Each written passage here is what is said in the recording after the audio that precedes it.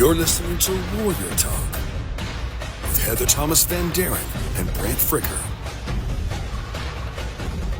Get inspired. Be empowered. Warrior Talk. We're back. Welcome to another Warrior Talk. Get inspired and be empowered. You know, there's nothing going to stop us, guys. This is a day of celebration. We've got things to talk about, and we're glad that you're here with us. And so we're going to just get right into that. I'm Heather Thomas Van Daren, in case you didn't know, and I am here and very thankful for my co-host, Sir Brant Fricker. How you doing? Oh, lady Heather. Well, I'm better now. We thought we were going to have to reschedule, and but you got two different broken pieces working at the same time.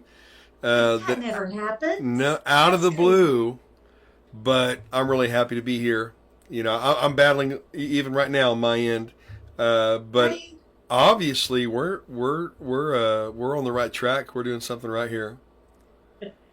Yeah. We certainly are. The last couple of weeks we have really enjoyed because we have covered some information that you guys may not have known about, especially about Jesus through Dr. Ron Charles of cubitfoundation.org. Cubitfoundation.org. And go back and watch those last two episodes. They will really enlighten you and encourage you with information and facts that you may not have known. And this week has already started off crazy, Brett, not just for us, but for the whole world. For the whole And world. Yeah. But you know, God's not surprised. He's not surprised. yeah, He laughs at the nations. You know, the scripture, why do the nations rage? And he moves them about like a chess piece. But he is in control. And so folks, you know, if you think you can control anything, you can't. But God is in control. Aren't we glad that he's in control, Heather? yeah, yes, because I certainly would want to be. That Well, would not end well. yeah. Well, it just goes to show that you go with what you know, and you trust the process, and you have the Absolutely. warrior mentality, and that is, hey, it doesn't matter. It doesn't matter if the whole world's falling apart. You can only stand on one piece of ground at the same time. You know, Mm, you that's that solid rock, man. yeah. You just keep going with what you know, That's right. And don't and panic. yeah. And don't worry. And worry's a sin. And although I did panic a little bit this morning about these cables that weren't working, but you know, I'll ask God to forgive me about that right now. So it's all good. And we're going to actually revisit a really wonderful topic Mm. that we had back in, was it 2024, Brad? We've been Wow. together over 3 years now. Uh, Yeah. and a lot of things can transpire over 3 years. A lot of things can change and a lot of things stay the same. But today we're going to revisit an episode called Cut the Head Off the Snake. What do you think that's about? You know, Brent, I've actually heard that term mentioned a time or two by Pete Hegseth. Uh Uh, huh. and I thought, wow, that's a coincidence, isn't it? Hmm. But as warriors, we have to be willing to do what we can to keep peace in our little corner of the world and to support those that are out there fighting for us. And we're going to talk about that today. This cut the head off the snake, Brant, was a lot of your deal. You're no stranger to this topic. And and so I'm going to let you address a little bit about that. But guys, it's time to sharpen your sword and to be ready, covered in the full armor of God as described in Ephesians 6. And that's ultimately what this is all about, is being conquerors through Christ. Yep. And more than conquerors, you know, and even Yes. more than you know, anyone who's been in leadership for any amount of time understands that a great deal of leadership is disarming. It's not just leading. You know, John Maxwell said, he who taketh a walk with no one followingeth, or he who leadeth with no one following with is only taking a walketh, is the way it goes. And you know, what are we leading? Who are we leading? Who has God put into our hands to lead? You know, more than a ministry, even in our home. You know, who and what are we leading? And leading is disarming. You disarm fear. People don't understand. Fear is a spirit. We have not been given a spirit of fear. They don't understand that. You know, some people are still stuck 200 years ago. You know, well, demons don't exist. Well, if you don't know they exist now, go back to sleep. Keep scrolling. God bless you. No, but we have to disarm situations, disarm dissension, disarm gossip, disarm slander, you know, and we do that with the Word of God. You know, there's plenty of scriptures about disarming gossip and slander. And so cutting the head off the snake often means that you have to confront the source. Now, we know that the source of evil is the enemy. But a good part of leadership is disarming. And that includes disarming ourselves. What do we have to disarm? What habits? You know, if you're trying to stop drinking, well, then you need to disarm the situation and take all the alcohol out of your house. If you're convicted to do that, right? If you're being led to get out of a bad, toxic, self-destructive, destructive relationship, well, you have to disarm that by making a decision. You know, the word decision literally means to cut. And talking about cutting the head off the snake, there's so many things that we deal with, so many distractions we deal with, that we need to disarm those things. You know what I mean? But even in the garden, you know, the serpent was a representative of evil.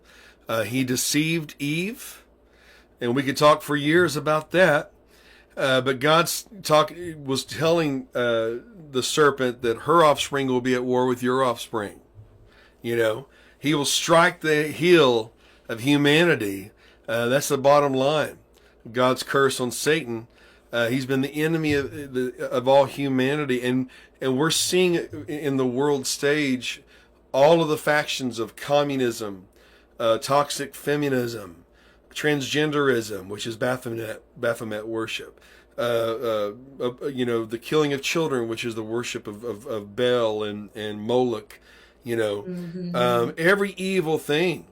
And a good signature of all that is strife. The Bible says where there is strife, there exists every evil thing. And so that's why starting with ourselves and leading yourself and in your relationships and in your life and in your extended relationships, even in your ministry, you have to cut the head off the snake. You got to meet it at the source. You can't put a Band-Aid over a bullet hole. You've got to confront. I'm a confronter. And when that's why I didn't fit in the vocational ministry world in my late 20s. If there was gossip and slander, I said, hey, let's get all the liars in one room. Let's dance. And they didn't know what to do with that. They were used to playing the same old games that he said, she said, or people are saying. Really, what people? You're the one saying it. So not everyone can handle that, but it is out of love that God has given us the power to cut the head off the snake in every situation in our life. Now, cut the head off the snake, disarm, and not only disarm, but dismantle. Because we've got to ensure that it doesn't seep back into our lives. So we have to totally dismantle the snake.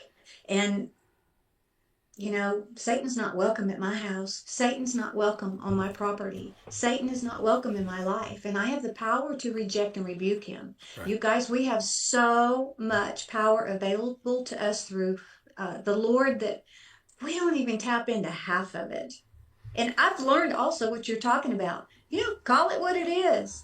Just stop things before they get started. even if it involves you and your feelings. Okay, I'm going to talk a little bit lacy right now. You're the leather, I'm the lace, right?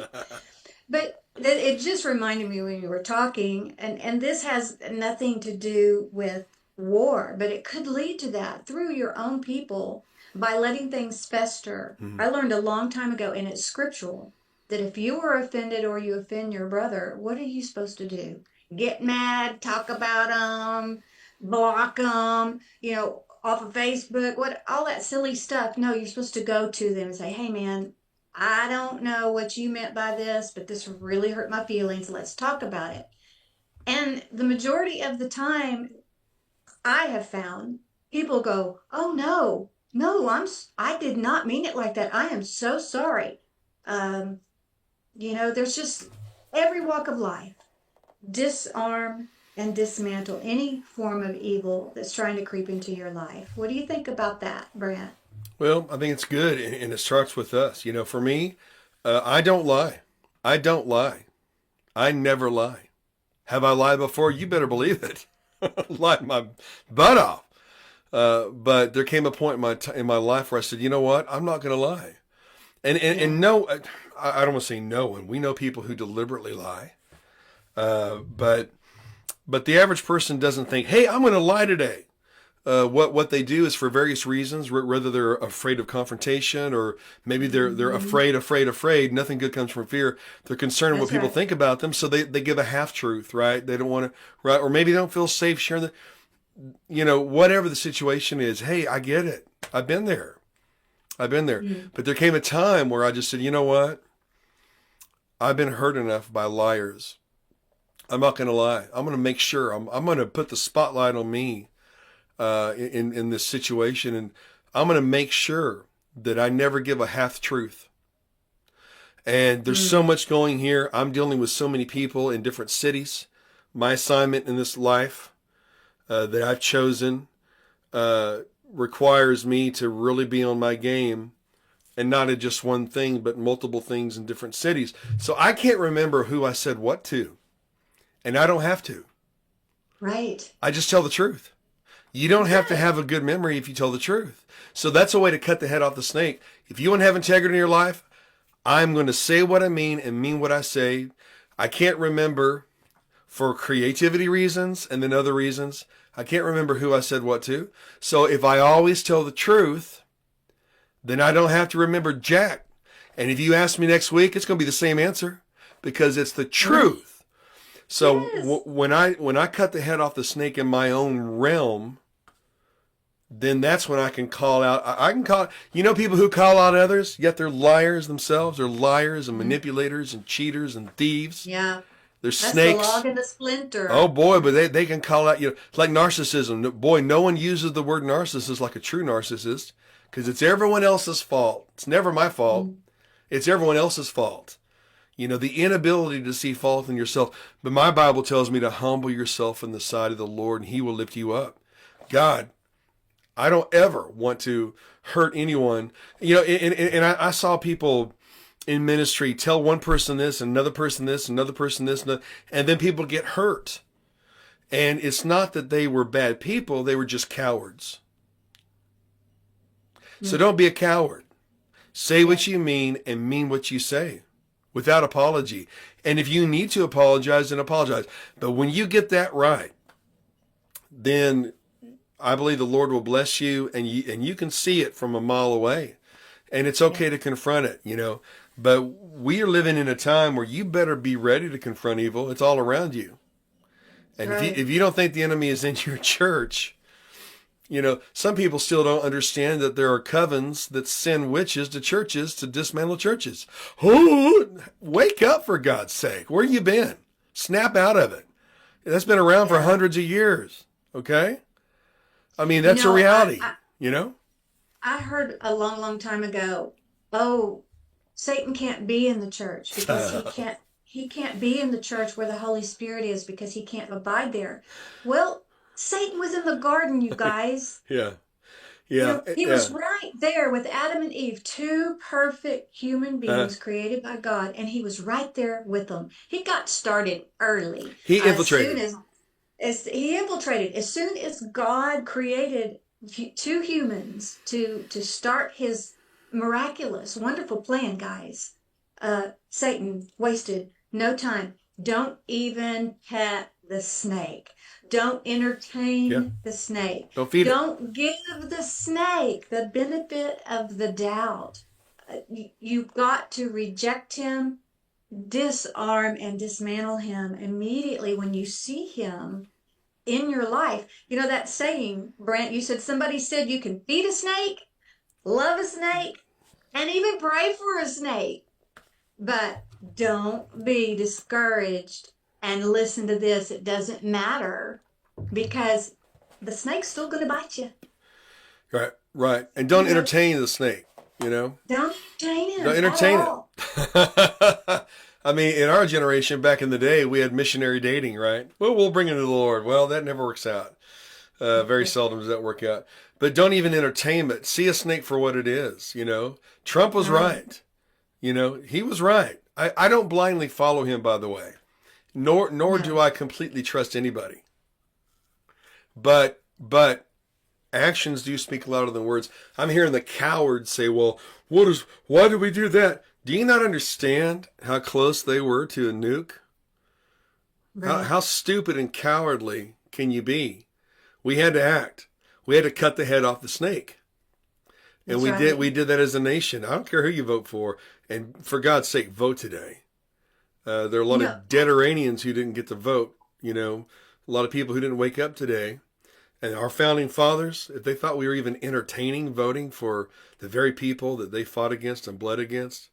But you got to cut the head off the snake. In that case, it's ignorance. It's a hardened heart.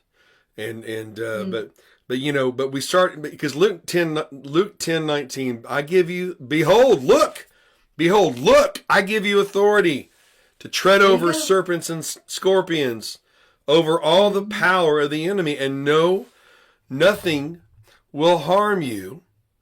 And, you know, we've been given authority over that. You know, 90% of what you worry about never happens. And most of the devil's work on this earth, if not all, is done through people, through deceit and willful deceit. So sometimes we have to cut the head off the snake by refusing to be ignorant. You know, this and this and this doesn't fix anything. Look where it's got us, you know. But it's just really important that we really get this, that we rise up and stand for something. And sometimes, again, that means we have to stop the world and say, you know what? What kind of person do I want to be? Okay, so I want to be this kind of person that speaks the truth, a person that lives pure, a person that makes things right, a person that follows the King. Okay, well, if that's who I want to be, then I need to be walking towards that, and I need to, and decisions or opportunities that present themselves that is not in line with me speaking the truth. You know how many networks I could work for right now with what I've got to accomplish? If I could just lay down to the truth, I can make a lot of money. I could. I have good friends that refuse to be on Fox because they were told to lie or told to, and don't trust Fox, owned by the same snakes. They were told to refrain and lay down to the truth. So, No, Brent, I don't envision you as anything more than a man of integrity. Certainly not compromised. Well, you're very kind. And that's something that we need to stand by. Well, you've done it too, Heather. You've done it too. I mean, come on, you know. How many times you turn on the Dove Awards and you didn't know you were watching a Christian show? You sure as heck didn't know from the way the women were dressed. Oh, yeah, I know. So you It's compromise too, right? That's a whole nother story. But anything that is not in line with your creed of speaking the truth, of living pure, of righting wrong, okay? And following that King. And following the one King. And only. Any opportunity that's not in line with that, you don't do. And that's not easy. That's not easy. You can make a whole lot more money if you were a liar and a manipulator like the people I've known. But when you find out that money really isn't worth anything. If you realize how little your money is worth right now, folks, you wouldn't kill yourself to make it. Now we need it, but this is a time where we cut the head off the snake, the serpent, the deceitful one. The ancient Jews believed that the serpent was Eve's best friend. I mean, animals talked to humans, and humans talked to animals. Serpent was the shining one, and that the enemy possessed the serpent to deceive Eve. Well, we'll find out one day what the situation was. But you know what? The enemy can use your friends. The enemy can use people in your circle. That's why you got to keep your circle small. You know? That's right. That's right. I love Heather. But you know what? I'm never going to lie to her. I'm never going to use her. I'm never going to be inappropriate with her or put her in a situation that's going to compromise her. She's my sister, you know. But you gotta analyze your inner circle and decide what kind of person you're going to be. There are just certain things I'm not going to do, and so, but that's cutting. That's deciding, right? That's deciding. Yeah. That's cutting. Yeah.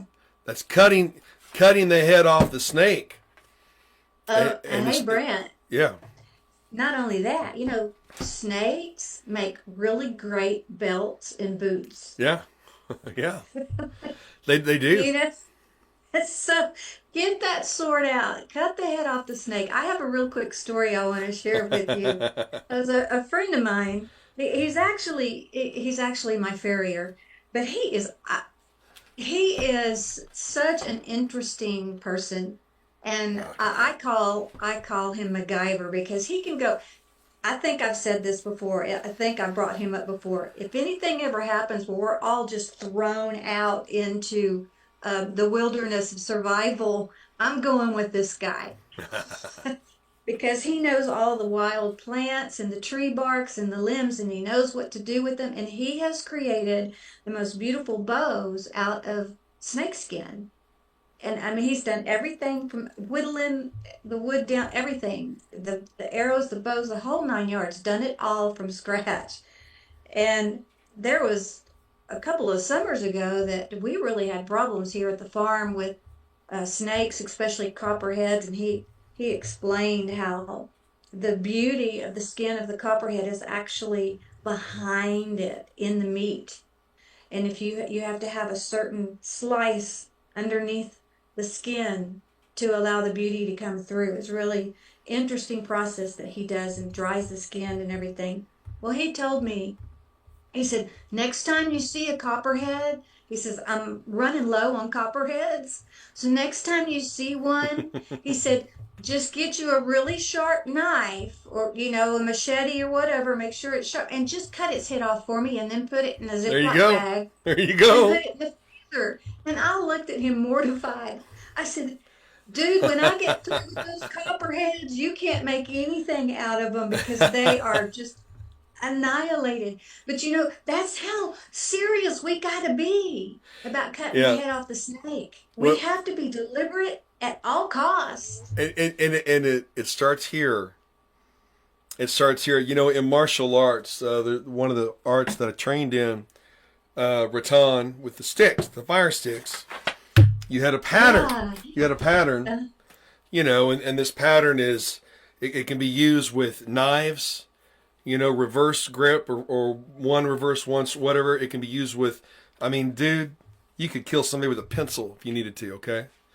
Wow. Really could. But in this pattern, head, body, head, body, head, you get this pattern. It's almost impenetrable. And so I learned this pattern with the sticks, right?